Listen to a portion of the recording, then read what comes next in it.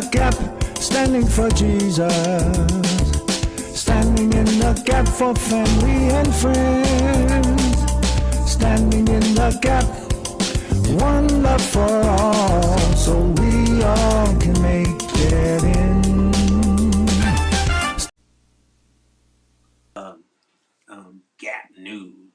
Gap News, and what that is designed to do is to bring to the forefront things that are happening today, current in this world, that need to be addressed, that you need to understand, and that you need to apply godly principles to, and godly understanding of the spiritual warfare that we're going through.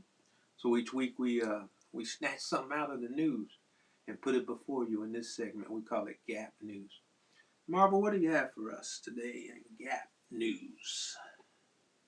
Very interesting. So we are in the middle of Black History Month, and starting tonight and going forward on this show, we want to introduce you to some of the states of our disunion.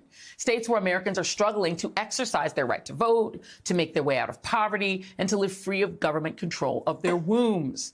We will cover the states facing the hardest struggles for democracy, the ones banning books and curtailing the right to choose and passing draconian anti-trans laws. But we'll also show you some of the states that are winning, where our democracy is working. But tonight we want to start with a state that unfortunately is still stuck in its white supremacist past, Mississippi, where a white supermajority in the heavily gerrymandered state house voted to create an entirely separate court system and expanded police force within the city of Jackson, the blackest city in America, that would be appointed completely by white state officials. That means that the voters of Jackson, which is 80% black, do not get to elect the judges or prosecutors in this separate district, unlike what happens in every other part of the state. White officials currently hold all the statewide positions that would do the appointing, and no black official has ever held any of these positions. In fact, the last time a black Mississippian held statewide office was during Reconstruction. And the state, despite being 1/3 African American, is gerrymandered to have exactly one black congressman, Representative and January 6th Committee Chairman Benny Thompson. Meanwhile, the Republican who introduced this draconian bill says it's because of the high crime rates and backlog of court cases in the county that contains Jackson, which, did I mention, is the state capital. Jackson's mayor has called the plan colonialist and racist and said it reminds him of apartheid. And joining me now is the mayor of Jackson, Chokwe Antar Lumumba. And Mayor Lumumba, please explain how it can be possible that the capital of Mississippi, Jackson, Mississippi, is, I think, to your point, going to be governed under apartheid style. Well, I think that to speak to it honestly, I'm reflecting on the words of Coach Dennis Green, who once said that they are who we thought they were.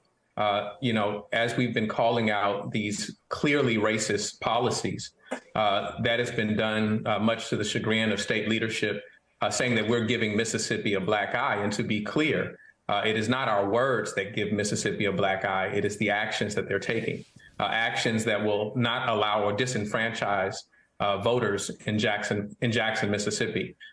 This particular law is fraught with constitutional violations, equal protection.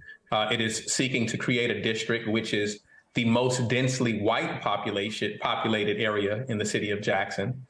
In addition to a police force or a militarized force that does not have direct accountability to the residents. Within the district that already exists, there have been numerous claims of issues of police misconduct that are not being challenged, that are not being followed up on. And so there's a multitude of concerns here. It sounds like 1980 era Pretoria. I mean, in 1890, Mississippi enacted a racist constitution that to strip African Americans of any rights and the right to vote because of the really, historic and heavy voting by former enslaved people to elect statewide officials and the lieutenant governor to really, make an incredible strides. How could it be that more than 100 years after the Civil War, Mississippi still is governed this way when it has the highest black population in the entire country, percentage-wise? Well, I thank you for recounting that history, Joy, because along with that history was a narrative that said that it was in it was in black people's interest not to be burdened with that heavy weight of having to select electoral leadership. much in the same way as they have created this district that they set to appoint. The representative who created this legislation or introduced this legislation suggested that the reason that he thought that these judges should be appointed rather than elected is because we wanted, quote, the best of the best, which is to suggest that Jackson residents are not intelligent enough or aware of their needs enough in order to elect those individuals for themselves. And so this has been a battle that we've been in for some time. It is because they are allowed to bring Trojan horses, such as the Capitol Complex district, which was initially introduced in 2017 as a suggested aid to infrastructure. At that time, myself, along with a coalition of people that called ourselves the Coalition of Economic Justice, opposed it because we saw what it was. But you did have some legislators that looked like us who were in support. But I do want to be clear that what they were presented with was not what we see today. They were presented with an opportunity to assist a community that is in much need of infrastructure support. And so we're forced to compete against our interests. There's still a water crisis in Jackson. Federal funds have been pledged. It appears now that the Mississippi white legislators are trying to take over those funds and take them out of your hands and other elected local Jackson officials' hands. This, as Brett Favre is threatening to sue the people who pointed out that he was in possession of funds to build his daughter a volleyball complex that belonged to the impoverished people in the state of Mississippi. He was essentially in a mode of taking from the poor, and now he's suing for his reputation back. It feels like everything is upside down in Jackson and in Mississippi. It feels that way because that's the truth. And at a time where the state is littered with questions of integrity, where there's incompetence there, they charge communities like Jackson, who have been devoid of resources, of being the ones that are incompetent. There has been a willful indifference or a intentional neglect around the issues that Jackson needs. Yeah. And this is part and parcel of the larger effort. And my guess is I'll bet you Tate Reeves and them are busy trying to pass laws, trying to outlaw history, because you wouldn't want people to learn how we got here. Jackson, Mississippi Mayor Chokwe Antar Lumumba, thank you very much. That's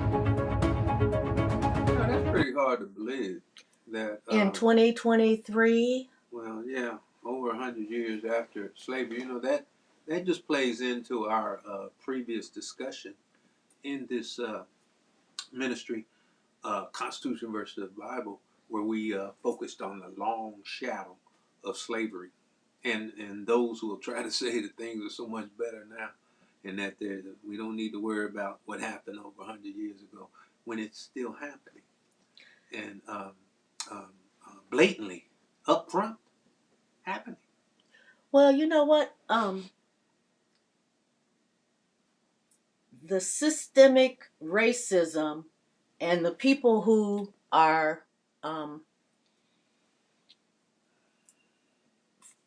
fomenting it have become so emboldened that they feel like we can pass a law to strip people of their constitutional rights. That's what this whole thing in Mississippi is about: stripping the people of Jackson of all of their rights. They will have no ability to elect their own officials or their judges. They're taking away their money that is earmarked for their infrastructure, and they think that's fine. That's what we should do. We can do it. We can do it. It's amazing. And one of the things about this segment that we created here called Gap News is to get you to think. And if you have any contributions or whatever, don't hesitate, because clearly what is going on in this country needs to be exposed. And because if you don't expose it, then they go back to the way it used to be. And as I put up the graphic on Micah 6:8, and we're going to get very comfortable with Micah 6:8, is what about that act in Jackson is justice? What about that? And as we know, when there's no justice, there's no mercy. There's no mercy. And the bold move to just say, all right, you people, we're going to appoint all these, and you can't say anything about it, even though it affects you in your district and all this kind of thing. That's not walking humbly at all with your God. So keep that in mind. We wanted to bring that up to the forefront and to keep you informed about things that are going on in the world that are unjust and in violation of God's law. We stand in the gap, but we stand in the gap on the truth, on the word of God.